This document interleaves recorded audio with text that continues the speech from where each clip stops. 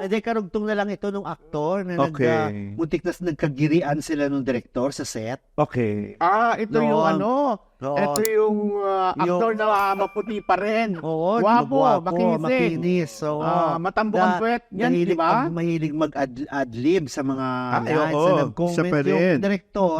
Siya muna pansamantalang nag-direct dun sa unit na yon. Nag-comment yung director, siya na kaya mag-direct. May ganun. Kasi nga, hindi nasunod yung script. Pero sabi naman nila, hindi naman naligaw yung kwento. Oo. I mean, Marami dun pa rin naman ang- ganyan kung na ano. kasundo. Pero ito pala si Direk, may pagkataklesa daw talaga Hindi. siya. Okay. Oo, may mahilig mag-comment na na may pagkataklesa raw talaga, na napuno.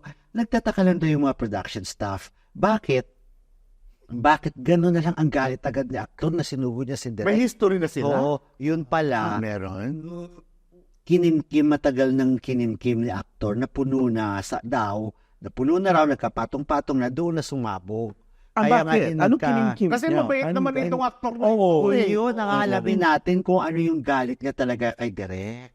So, Oo, meron. meron talaga na meron. Anong galit niya kay Direk? Bakit na doon na sa simpleng comment ni Direk, ano na. Mas kilala ito bilang TV director kaysa film director. Parang wala pa akong maalala may ginawa siyang film. Pero, akala ko nga, guest director lang siya doon, but tumalilis ang dali sa talagang director. Yun pala, siya ang director sa second unit. Yun name. Oo. Okay. Ngayon, since patapos na rin naman lang yung taping nila, hindi na siya pinatawid ng first unit. Tapos Doon na talaga siya agad? Tapos yung Taping, nila? kasi nakapag-bangko na Bangko sila, sila na, noon nakapag nabuo na nila talaga yung kwento. So, totoo ba yung actor na to tatakbo daw for election? Parang hindi. Hindi. Pero parang Okay. more sa public service din, tumutulong-tulong din siya. Okay.